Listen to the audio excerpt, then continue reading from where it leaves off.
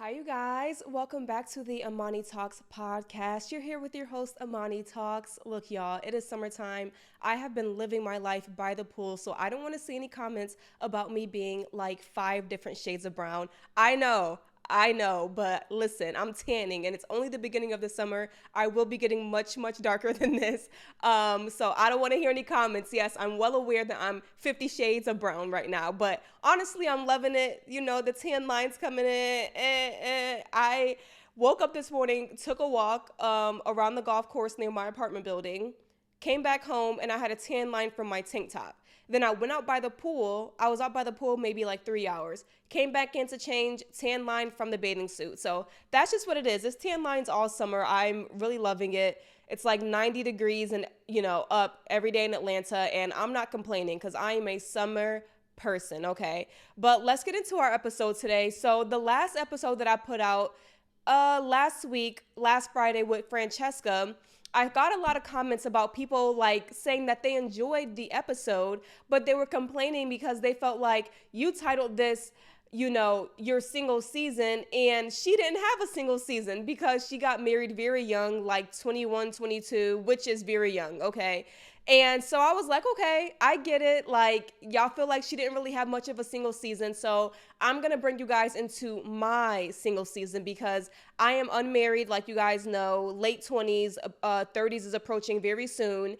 And I have had this entire time for my single season. Yes, I've dated, but when I dated in the past, it 100% was not a God-led relationship. It was an Amani-led relationship every single time. So really, I've been single this whole time because if you're not married, you're single. Single till you're married. Anybody that's an OG subscriber know that that is my motto. You are single until you are married. So even though I had these little boyfriends, they were just my little friends. How your parents used to say when you were younger, oh, that's your little friend. They were my little friend. So I've been single, this entire time. So what I want to talk about are the things that I am doing during my single season. And I made a list of about 4 different things that I want to talk about because we don't talk enough about what you do while you are in your single season besides praying for a husband, okay? And I hate the fact that when we are in our single season, all you ever hear about is while you're single, pray for your husband. What? As if the only thing that God expects us to do is to be a wife or a mom.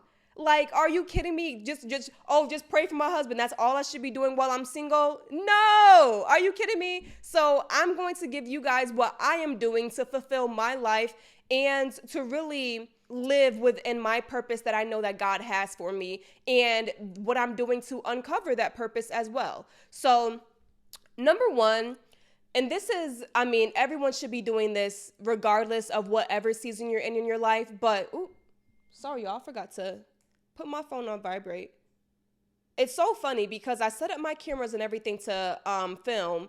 No one has called me all day, y'all. When I was out for my walk, when I was out by the pool, when I was out grocery shopping, no one called me or texted me. My sister called me, actually. But nobody called me all day. Then I'm setting up to record, and I literally get like 3 calls in a message. I'm like, oh, everybody want to call now.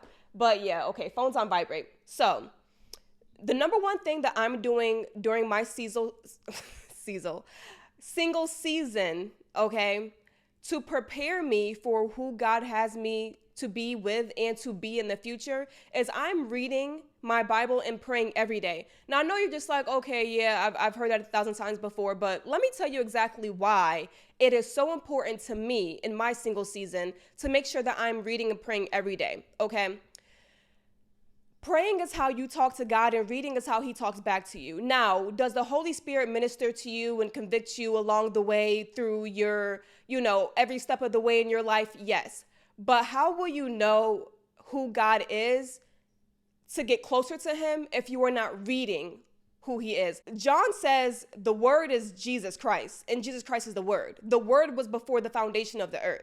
So how do you know who God is unless you're reading? And how do you know who you are in the eyes of the Lord without reading, right? So even if being a wife is what you desire, that is not the only thing that God has for you. You know that, right? So that's why I get really annoyed when all I hear about living through your single season as a woman is to pray for your husband and pray for the husband that God has for you. No. And if I'm being honest, that's one thing that I am not doing in my single season. I'm not praying for a husband. I'm praying to make sure that God is perfecting me. So if he has me to meet my husband next year, in 5 years, and 10 years, that I am who he has prepared me to be for my husband, or just in life. I'm not even going to say for my husband, who God wants me to be for him. But to say that you are living your life and that all these years up until you're 28, 29, all you're doing is preparing for a husband, that is not true. That is not true. You should be focused on who God has you to be, not who your husband is. So I'm reading and praying every single day because I want to uncover God's purpose for me. I want to uncover the Lord's purpose for my life. Because like I said, even if you desire to be a wife, and we know that those who delight in the Lord, he will give them the desires of their hearts, that's not all God calls you to be. And two good examples of this are the women that I had on the last two conversations of my podcast, Francesca and Deshauna. Francesca got married a little bit younger. Deshauna waited until her early 30s. But I would say that them being married is the least of their titles. Deshauna won Miss USA while serving in the military.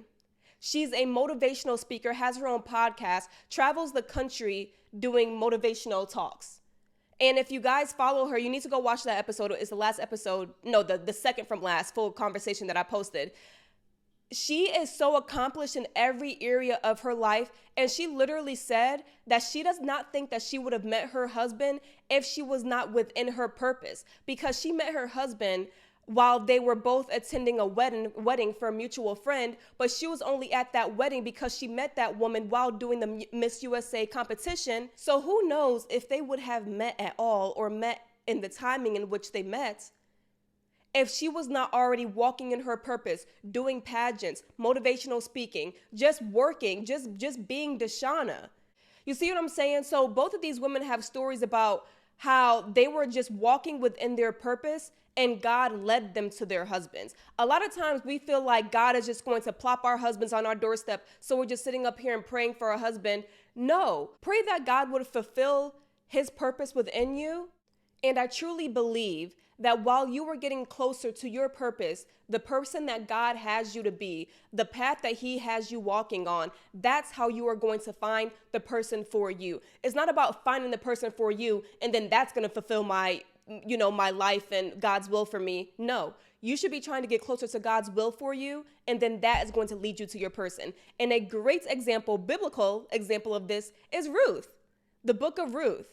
Now, the book of Ruth is about a Moabite woman who married into an Israelite family, and when her husband died, and her husband's father was already passed, it was just her and her mother-in-law. Now, usually what happens is, since Ruth was still young, she could have remarried and lived well, or, because women couldn't work. So they had to, have a husband or a father to have a living, basically. And so since she had already moved into her husband's house, husband died, his father died, it was just her and her mother-in-law. Her mother-in-law was like, go back to, the land of your people, and so you can remarry and just like live your life. But Ruth knew that if she would have left her mother-in-law, Naomi being without a husband, being without sons, that she probably would have ended up being like a beggar on the street, because an old woman, she's not going to work for her money. The women didn't work for their money back then. So without the male provision around her, she probably would have been a beggar. And so Ruth understood that, and she was like, no, like, I'm gonna go with you. Your people will be my people, your God will be my God. So we see Ruth walking within a purpose of just love and compassion on another person, and then she's also like, I will serve your God. And we know the God of the Israelites is the one and only living God, the Lord that we serve today. And so she was like, your God's gonna be my God, and she walked within a purpose of just loving people. And we know that God calls us to love people. She loved her mother-in-law. She didn't want to see her mother-in-law be a beggar on the street. She was like, no, I'm going to stay with you. Your people, my people, your God, my God. And she worked. And when she was working, excuse me, I'm drinking kombucha, y'all. And when she was working is how she met Boaz, who had a little money. Boaz had money.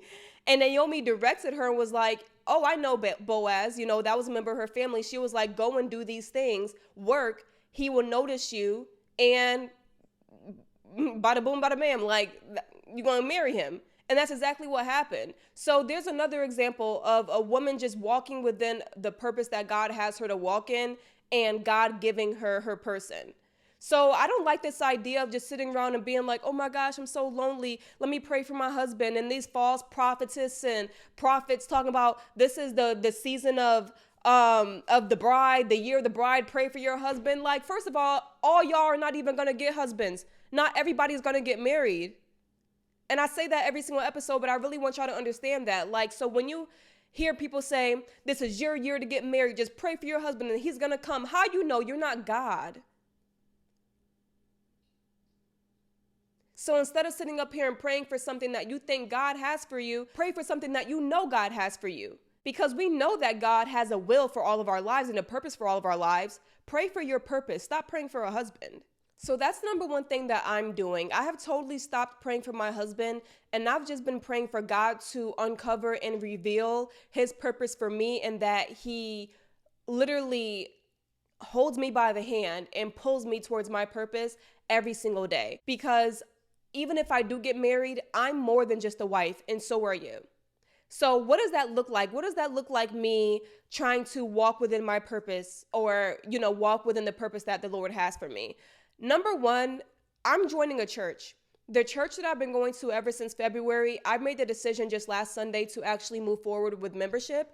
And so I'm going to be sitting down with one of the elders before one of our weekly Bible studies.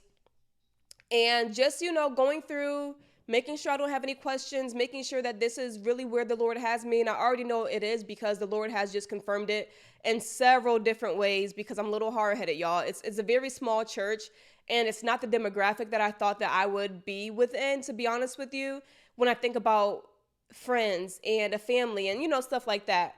But the Lord has confirmed in several different ways that this is the church that he has for me. And so I'm moving forward with church membership. And I say that because I think that a lot of people do not take church membership seriously. In the age of digital everything, social media, you being able to get anything and everything just from a few clicks of your thumbs on your phone, I think that people have replaced the gathering of the saints within a physical building for digital discipleship, for online church, for just listening to a sermon Sunday morning or Sunday afternoon, whenever you want to roll out of bed. Let me tell you something.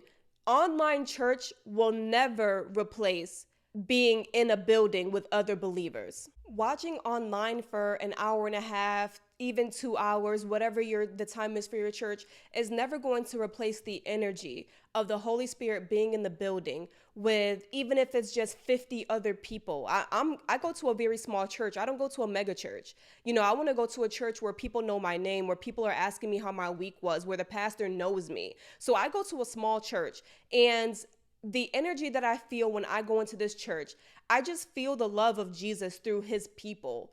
When I feel that they're being friendly, loving, you're not going to get that through your computer screen whenever you feel like rolling out of bed on Sunday morning. You're not going to get that. And without community, without you being with other people, without you being in a physical location with other believers, I truly don't believe that you are going to have the full experience of communication, of accountability, of even the feeling of being edified through talking with other people, like being there, experiencing their lives, experiencing what God is doing in their lives, allowing them to share what God is doing in their lives, to teach you something, to hold you up when you're going through a tough time. You're not going to get that sense of community through the radio, through your TV screen, through your desktop, through your laptop, through your phone. You're just not going to get that. I really urge you all, if you are not a part of a physical church body that's close to where you live, do that. Do that. It's going to inspire you to do so much more than to just show up and listen for an hour and a half every Sunday, because that's what it does for me. And I listen to other sermons throughout the week. So I go to my physical home church every Sunday morning and then every other Wednesday for our life group and stuff like that. But my mom sends me sermons from her home church, the church that I grew up in. I listen to other churches that I really like on YouTube throughout the week, because I'm trying to replace the music that I used to like to listen to with like sermons, audiobooks, stuff like that throughout the week. So I'm not saying that it's a bad thing to listen to these, audio sermons and, visual sermons, but it will never, ever, ever compare with or beat being in the church with other believers that are going to uplift you, that are going to inspire you, that are going to give you examples of how you should be living your life too. I'm telling you guys, like I said in my last couple episodes, if you think that you can do the Christian life alone, then you're wrong. And isolation is one of the devil's greatest tactics within the church, because he makes you feel like, oh, I don't have to go to church. My relationship with God is strong enough. I can just read my Bible and listen to Sunday morning worship, and that's good enough for me. It's not. I promise you it's not. I don't care what you think, it's not. Because the Bible tells us to not forsake the assembly of the saints. That's a command. It's not a suggestion. It's not, oh, if you can make it. That's a commandment. Go to church. And I think I shared this little tidbit during my the episode that I had when I was sharing my testimony about how if I went to church in my, younger years, not always, but sometimes it'd be a situation to where I wanted to make sure there was enough men for me there, if I could find my husband there, if it seems like I would find a husband there, like stuff like that. And I just really appreciate the church that I go to now, because that's totally not a distraction for me. And it leads me to really focus on the Lord. I'm not looking around at who's there. And it really leads me to focus on who I'm there for and serving him. And that's my next point. Get into a church and then serve within your church. That's another thing that I'm doing during my single season. I'm completely devoting my time to not only being with the Lord, but serving him and his people. Jesus came into this world in human form as a servant. He came to serve. He came to teach. He came to heal. He came for us. So for me to think that it's good enough for me to just walk into church every Sunday and to not help out with any ministry, that's dead. That's absolutely dead. If you feel comfortable just going to church Sunday morning or just listening to your digital class, worship service, whatever, every Sunday morning, and that's all you do that's churchy, your faith is dead. Sorry, but it just is.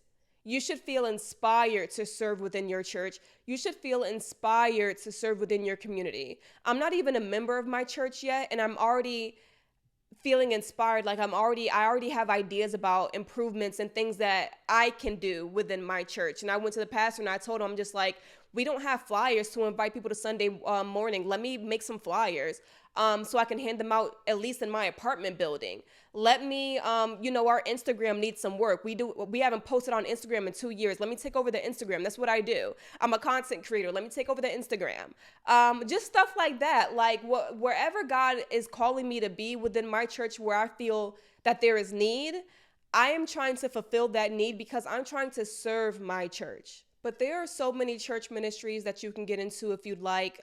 Every single church I know, they always ask for more people to work like in the background, like in the tech, like the person that makes the slideshows for the verses when the preacher is preaching, and, the one that, puts up the worship songs, and, camera people, audio people, churches always need that. Every single church I go to, they asking for more people in the sound room and, for the audio and all that kind of stuff. Get into that. Help once a month for the children's ministry. They need people to watch the little kids. They need people to watch the babies. They don't want babies crying when the preacher is preaching. We want to be able to focus on the preaching. Help out in the nursery once a month. Something. Help out with cleaning. Every church needs to be cleaned. Every Sunday morning, my church has like snacks and coffee and stuff like that. I help out every now and again bringing in a snack. But every church needs cleaning.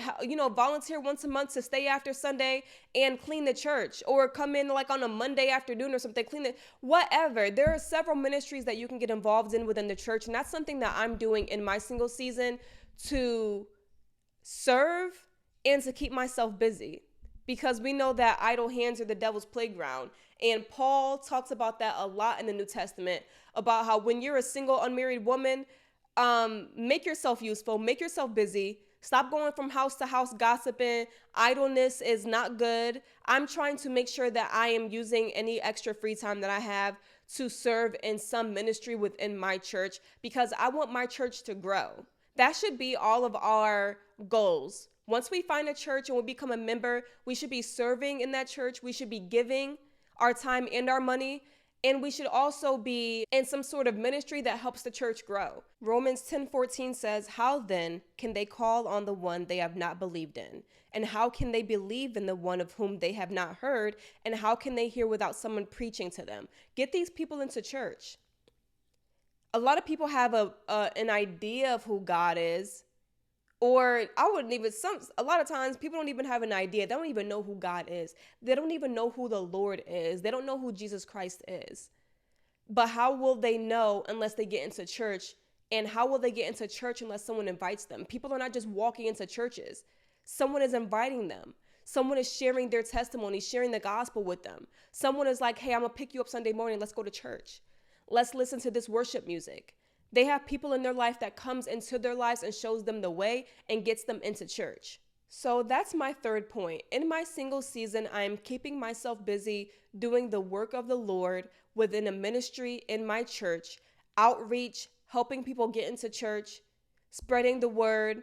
I just bought like a pack of Bible tracts from like Amazon for maybe $10. And one thing I'm going to do is make sure I always have cash in my car and put like $3 to $4 within each tract. And whenever I see someone that is in need of money, on the street, here's a tract and some money. Because you can't just give out Bible tracts and tell people that you're going to pray for them without fulfilling their physical need too. Jesus didn't just preach to people. He physically healed them. He gave them food. He provided for them in their physical needs also. Because we are people with physical needs. You can't just say, "Oh, I'm going to pray for you." Meanwhile, they're asking you for money and you got $100 in your pocket and you don't even give them $1. So not only am I giving my time, I'm trying to give my money. I'm giving resources. I'm just trying to show the love of God to people and work within a ministry during my free time so that I'm not worried about the husband that I don't got. And I don't become impatient with it. Because more time that you stay idle, waiting for God to do something, the whole time he's waiting on you, the more impatient that you'll get and the more desperate that you'll get, the more likely you're going to try to take things into your own hands and totally backtrack and totally delay the purpose that God has for you. Because that's a thing. You can delay God's purpose for your life. The Israelites were delayed 40 years in the wilderness. You can delay God's purpose for your life. And this is my last point about what I'm doing during my single season to keep myself busy and within the will of God. Living my life. Okay? Living my life. I just put a video up on TikTok maybe 2 or 3 days ago. And I was talking about how ever since I gave my life back to Christ and I'm walking with him, when I go out now, men don't approach me. They don't ask me for my number. It's like I have Harry Potter's cloak of invisibility on when I go out. And let me tell you, when I go out looking good. Because one thing I also do is I don't go out looking crazy anymore. I used to every now and again go out sweatpants, slides, my hair up in a bonnet if I was like running to the bank or something like that. I don't do that anymore. So when I go out, I make sure I look presentable, right? But I just started to notice how I'm just like, wow, like guys don't come up to me at all. I used to get guys that would come up to me in the grocery store, when I was just out getting food. I don't know. And now that doesn't happen. I'll get compliments. Like they'll compliment me. Like every time I go out, I'll have a guy be like, "Oh, you look really nice today." And then he'll just keep it moving. And I've come to realize that when I'm asking for God's protection over my life in all areas, he's protecting me against men that are going to come in and waste my time as well. That's one thing I've noticed. If I'm not getting approached as often as I used to, it's because I have God's anointing on my life. And he is like, nah, keep it moving, homie, because she's not for you. That's what God is doing. He's like my wingman, but the opposite of what a wingman does, because the wingman is the one that gets you the girls or the guys. He's keeping them away. He's my shield, right? He's protecting me in my dating life and in that area. And when I came to realize that, I came to realize, okay, I don't have to do anything extra. You know, all I have to do is just live my life. So I just go out and I just do things for enjoyment. I'm not worried about who's seeing me. I'm not worried about who's looking at me. All I do is I go out and I present my best self to the world, and that is my only job. I present my best self. I aim to present a godly woman to the world. And yeah, I don't even think about men when I go out because I feel like they're not thinking about me. They don't come up to me anymore. And that is a blessing, because rejection is a blessing in disguise. Let me tell you, especially with today's men, baby. I don't think I got to say too much about that. Rejection is also a blessing. And we as women need to realize that. So that's what I'm doing. I'm just living my life. I'm just going out and doing things that are enjoyable for me. What I do is I plan maybe like one thing a week to go out in my city and do like, stuff for free. I do things like, in Atlanta, we have the Home Depot backyard that's by the Mercedes-Benz Stadium downtown. Or is that downtown? I think it's downtown, whatever. And they do free workout classes. Like every day of the week is a different free workout class. I'll do one of those a week. I'll, go to a run club. I'll try a run club. I will, it's this woman that organizes hot girl walks on the Beltline. I go and do that for free. I just go and I just do, different things in my city to just enjoy myself. And I'm not thinking about, oh, let me join a run club because I heard the guys are there. Oh, let me join this because I heard that, I don't worry about stuff like that anymore. I just truly don't. Because you could put yourself in a position to be around 1,000 men every single day. But if none of those men are for you, they're not for you. And all you've done is just waste your time. So how about instead of focusing on who's going to be there, focus on you. Am I having fun? Am I going out to have fun for me? Or am I going out to look for men? Oh, because I heard they're going to be there. The dreadhead's going to be there. I've really learned to just kind of put that stuff behind me and to really focus on just living my life. And I'm telling you, when I realized that God's anointing is on my dating life and he's filtering out all the men that would waste my time, and that's why men are not coming up to me anymore. When I realized that, it really put me in a position to be like, okay, well, since I can't force this, I'm gonna let go and let God, and I'm gonna just live my life. And that's what I'm doing. Truly, that's what I'm doing.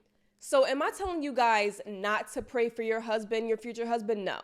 Am I telling you guys that doing that is wrong? No. But all I'm saying is, we know that God will give us the desires of our hearts, but it never talks about timing, right? I have a few verses on my flashcards where it talks about, ask and you shall receive, knock on the door, stuff like that. But it never says, the Lord will give you these things once you pray about it tomorrow or in a year. You could very well be meeting your husband, but not for another 5 years. And it makes me think about, once again, going back to the Israelites being led out of Egypt, because that's what I'm reading right now. I just finished the New Testament, so now I'm reading the Old Testament, and right now I'm in Numbers. And I just finished up reading where they're finally about to go into, crossover and go into the land that the Lord had promised them. And Moses is preaching to them and reminding them about what to do and what not to do and, yada, yada, all that kind of stuff. But it just made me think about how there were so many tribes of people in the land of Canaan before the Lord gave them that land, and how it talks about that land being flowing with milk and honey. And when the spies went into that land to go scope it out for the Israelites, it took 2 men to carry back grapes. That's how big the fruit was. The cities were fortified and great cities and all that kind of stuff. And it just made me think like, okay, there were people already living there that cultivated that land, that built those cities, but God is about to totally displace those people and give that land to the Israelites instead. And the Israelites didn't do nothing to build up that city. They didn't do nothing. They're just about to walk into a good situation. But that just made me think about how when you're in your season of waiting for God to fulfill his promises to you, he is already building your land. He already has it set up for you. It's already in formation, sis. Like, it's already a work in progress. While you're over here waiting, he's already working on it, and he's going to lead you to it in due time. So just so many examples in the Bible about God will fulfill his promises to you in his timing. And while you're waiting for it, make sure that you are asking God to prepare you for who you need to be in order to go into the promised land, in order to have your, what they call them, kingdom spouse. I've never heard that term until like last year. Like, people call it a kingdom spouse. I'm just like, that's just a really funny term to me, because in the kingdom, we won't have spouses, okay? I understand that they're talking about the kingdom of God on earth, like art, but it's just funny to me, like kingdom spouse, like, girl, your husband.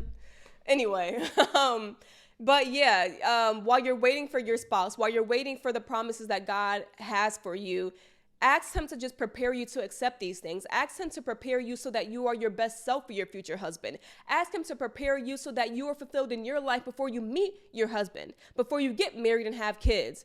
And now you got the ball and chain, and them kids asking you for anything under the sun every single day. Before you have other obligations to these people, make sure that you are fulfilled with who God has you to be, so that you are satisfied with your life.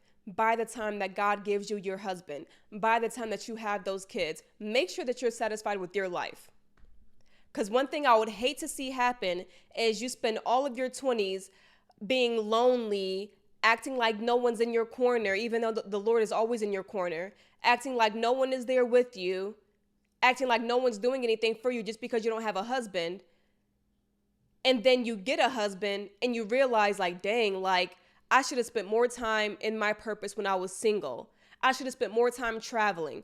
I should have spent more time in ministry in my church. I should have spent more time trying to uncover the purpose that God has for me before I got locked down with this husband and these kids. Because once you do, that's it. That's it. Once you get married and have them kids, sis, that's it. So make sure that you are satisfied with your life before you lock all those things down. Can you grow and do all these things while you're a mom and a wife? Yeah. But make sure that you're satisfied with who you are before you try to give your life to somebody else. Read and pray every day. Uncover God's purpose for your life. Join a physical church. Join a ministry within your physical church.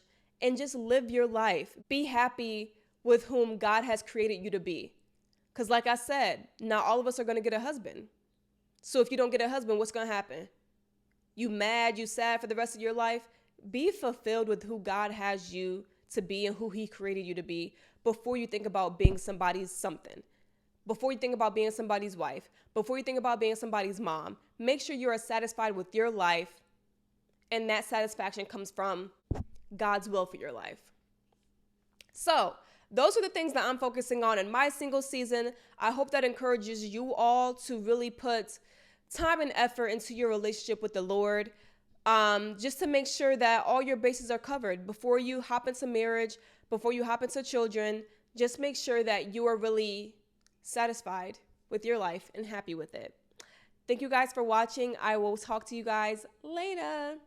Bye.